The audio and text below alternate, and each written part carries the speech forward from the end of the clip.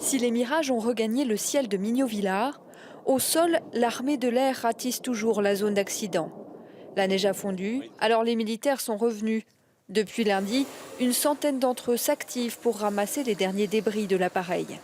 Les pelleteuses décaissent la terre polluée par près de 3 tonnes de kérosène.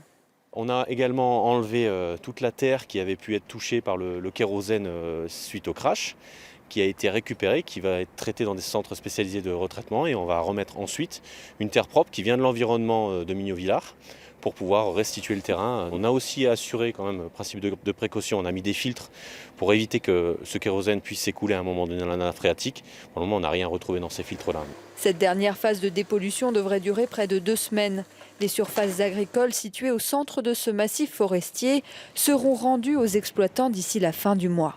Dans la mesure où le calendrier qui était annoncé au départ est bien respecté, dans la mesure où on est sur la première quinzaine d'avril, sur le début du travail dans les champs, on a seulement quelques hectares, même si c'est important pour les agriculteurs, mais quelques hectares de terrain agricole concernés sur la zone militaire temporaire. Les agriculteurs ont bien d'autres hectares sur lesquels concentrer leur travail actuellement, et d'ici, je pense, quelques jours, une dizaine de jours, ils pourront de nouveau accéder à leur site ici sans que ça ait perturbé outre mesure leur travail habituel.